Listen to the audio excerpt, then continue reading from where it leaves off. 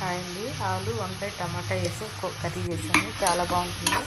Pan పెట్టేసుకుని oil వేసుకొని పోపు పెట్టుకొని సన్నగా కట్ చేసుకుని టమాటాలు ఆలు ఆనియన్ వేసి కొంచెం పసుపు ఉప్పు వేసి ఉడికించుకోవాలి. సిమ్లో పెట్టేసి అవి కాస్త ఉడికిన తర్వాత కొంచెం అల్లం వెల్లుల్లి పేస్ట్ వేసుకోవాలి. మసాలా ఇంకేం అవసరం లేదు. అల్లం వెల్లుల్లి పేస్ట్ ఒక స్పూన్ వేసుకుంటే సరిపోతుంది.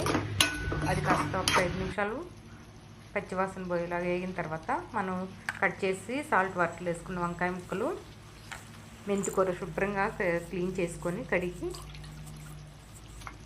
పక్కన పెట్టుకున్న మెంతికూర వేసుకొని ఒకసారి కలుపుకోవాలి. తర్వాత కూరకు సరిపడ కారం, కొంచెం మసాలా కారం, కొంచెం ప్లెయిన్ కారం వేసాను, కొంచెం సాంబారు అవన్నీ వేసి బాగా కలిపి ఒక 5 నిమిషాలు కుక్ చేసుకున్న తర్వాత కొంచెం ఒక చిన్న టీ గ్లాస్ వాటర్ పోసేసి సిమ్లో పెట్టేసుకొని కూర అంతా దగ్గరికి అయ్యేటట్టు కుక్ చేసుకోవాలి. అప్పుడు వంకాయ ముక్కలు, బంగాళదుంప అన్నీ మనం వేసిన మెంతికూర అన్నీ కుక్ అవుతాయి అన్నమాట. ఇలా కూర దగ్గరికి అయిన తర్వాత లాస్ట్లో కొత్తిమీర కరివేపాకు వేసుకొని దించేసుకుంటే రైస్లోకి చపాతీలోకి చాలా బాగుంటుంది. ఇలా వంకాయ ఆలు మెంతికూర వేసి ఒకసారి తప్పకుండా ట్రై చేయండి. చాలా బాగుంటుంది.